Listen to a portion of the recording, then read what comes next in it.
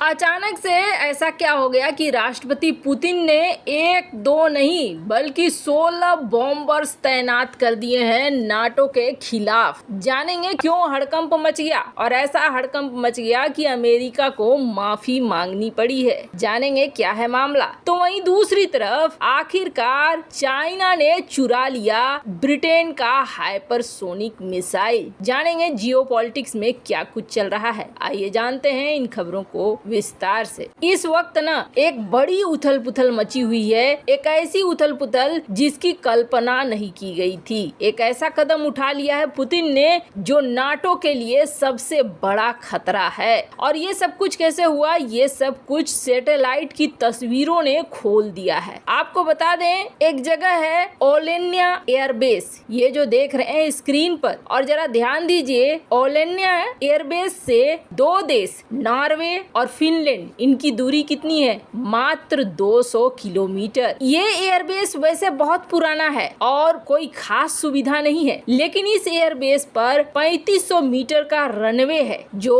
पुराने Tu-22M supersonic bombers और पुराने रूसी AN-12 ट्रांसपोर्ट एयरक्राफ्ट की लैंडिंग की सुविधा देता है। पिछले साल सर्दियों से ही इस एयरबेस को रूस ने एक्टिव कर दिया था। अब एक रिपोर्ट के मुताबिक रूस ने अगस्त 2022 में 4 Tu-160 बॉम्बर्स यहाँ पर तैनात किए। फिर मामला गहराने लगा तो अक्टूबर में 10 और बढ़ा दिया और यहाँ पर Tu-95 बॉम्बर्स भी तैनात किए। इसके अलावे Tu-160 एयरक्राफ्ट भी तैनात कर। अब यहाँ पर टोटल 16 बॉम्बर्स को तैनात कर दिया गया है। इन बॉम्बर्स को अब आर्कटिक सर्कल के अंदर तैनात किया गया है। ये जगह यूक्रेन की सीमा से सिर्फ 600 किलोमीटर है। खैर, आपको बता दें, क्या रूस ने ये जो 16 बॉम्बर्स एक साथ लगा दिए हैं, इसकी वजह से रूस को मुसीबत झेलनी पड़ेगी, क्योंकि पिछले साल दिसंबर में एक ड्रोन हमला हुआ था जिसमें Tu-95 एयरक्राफ्ट 2 डैमेज हो गए थे। पर कहा जा रहा है कि रूसी फाइटर जेट और हेलीकॉप्टर जो कथित तौर पर यूक्रेन के द्वारा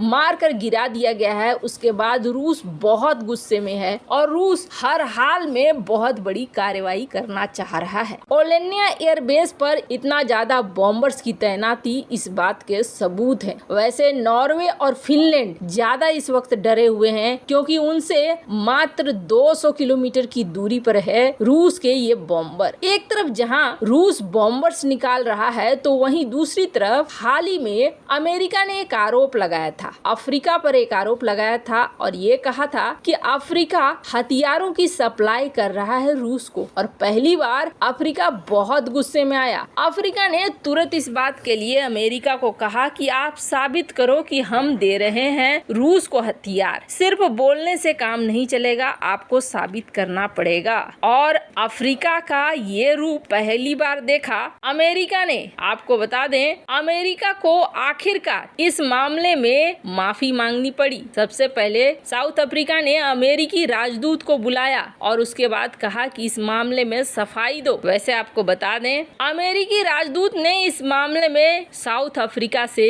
कथित तौर पर माफी मांगी है और कहा है कि ये सारी मिसअंडरस्टैंडिंग हुई है, कुछ समझ में नहीं आया, कुछ गलतियां हो गई हैं। खैर, साउथ अफ्रीका ने अमेरिकी एम्बेसडर को बुलाया था, तो वहीं कहा यह गया कि साउथ अफ्रीका ने एक रूसी वेसल्स में हथियार भरे थे। एक कार्गो शिप थी जिसमें साउथ अफ्रीका ने हथियार भरे थे और इसी को लेकर अमेरिका ने इस तरह की बात कह दी थी। खैर, अफ्रीका आपको बता दें, इस वक्त रूस से किसी तरीके के पंगे लेने के मोड में नहीं है। जब भी इधर बीच यूएनएससी में वोटिंग की बात आती है, साउथ अफ्रीका हर मामले में इस जंग से दूर रहना चाहता है। साउथ अफ्रीका की तरफ से कई बार अमेरिका को ही दोषी ठहराया गया है, ये भी देखने को मिला है। खैर, एक नया गुट बन रहा है, ये तो साफ साफ दिख रहा है, जहां साउथ अफ्रीका रूस के समर्थन में जाता हुआ दिख रहा है। पर इन सब के बीच में जो कांड चाइना ने किया है ना, उसका तो कोई जोड़ ही नहीं है। चाइना ने एक बहुत बड़ी सीख दे दी है दुनिया को कि सब पर यकीन कर लो, लेकिन चाइना पर यकीन कभी मत करो। ये जो शख्स देख रहे हैं स्क्रीन पर, इस शख्स ने सबसे बड़ा कांड कर दिया है। पहले सिर्फ एक देश पर आरोप लगता था और वो देश था पाकिस्तान। पाकिस्तान ने जिस तरीके से चोरी छिपे परमाणु टेक्नोलॉजी को हासिल किया और हासिल करने के बाद अपने देश में परमाणु बम बनाया, न सिर्फ अपने देश में बनाया बल्कि इस परमाणु टेक्नोलॉजी को कथित तौर पर पाकिस्तान ने दुनिया भर के कई देशों को बेचा भी, वैसा ही कुछ चाइना ने किया है। यूके यानी कि ब्रिटेन अचानक से 2021 में जागता है और 2021 में ब्रिटेन एक जांच टीम बिठाता है। जब जांच टीम बिठाता है तो उसे पता चलता है कि उसके देश में बहुत बड़ा झोल हो गया है। यूके और चाइना के बीच तब कुछ इस तरीके के एजुकेशनल संस्थाएं बनाई जाती थी कि यूके की साइंस और टेक्नोलॉजी के लिए चाइना से कुछ लोग सीखने के लिए आते थे और यूके उन्हें ट्रेनिंग देता था। हमने ये चीज देखा कि पायलटों को ट्रेनिंग मिलती थी, लेकिन यहाँ मामला सिर्फ पायलट तक नहीं रहा बल्कि मामला और आगे बढ़ गया। एक वैज्ञानिक जो यूके में 20 सालों तक हाइपरसोनिक टेक्नोलॉजी पर काम करता था। हाइपरसोनिक टेक्नोलॉजी का फिजिक्स पार्ट पर इसने यूके के लिए 20 साल काम किया और 20 साल काम करने के दौरान इसने कई खास चीजें सीखी और कई खास चीजें डेवलप। वैसे आपको बता दें ये अकेला नहीं था, इसके साथ और भी टीम थी। मतलब टीम में ये शख्स था